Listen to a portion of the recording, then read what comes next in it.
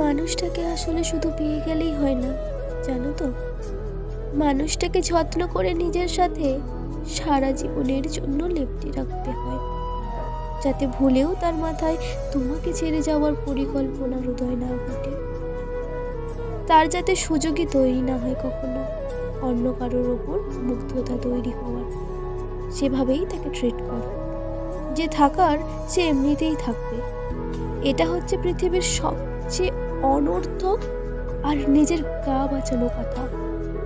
পোষা পাখিটাকে এক সপ্তাহ খাবার না দিয়ে দেখো তো সে বেঁচে থাকে কিনা। বারান্দার গাছটায় কিছুদিন জল না দিয়ে দেখো তো সে আগের মতো সজীব থাকে কিনা। তবে কি করে একটা মানুষ টিকে থাকবে? অযত্নে যেমন লোহায় মরিচা ধরে, বইয়ের উপর ধুলোর স্তূপ জমে, গাছগুলো নেতিয়ে পড়ে, শাড়িতে যেমন ফাঙ্গাস পড়ে, ঠিক তেমনই খাতিরে 2-1 দিন অযত্ন সহ্য করা যায়। তাই বলে প্রতিনিয়ত কিংবা সারা জীবন তা সহ্য করা যায় না মোটেই। অনেকেই মাঝে মধ্যে ভাগ্যের জোরে চমৎকারভাবে নিজের প্রিয় মানুষকে কিংবা পছন্দের জনকে পেয়ে যায়, কিন্তু নিজেদের অযত্নের কারণে আর তাদের ধরে রাখতে পারে না জীবনে।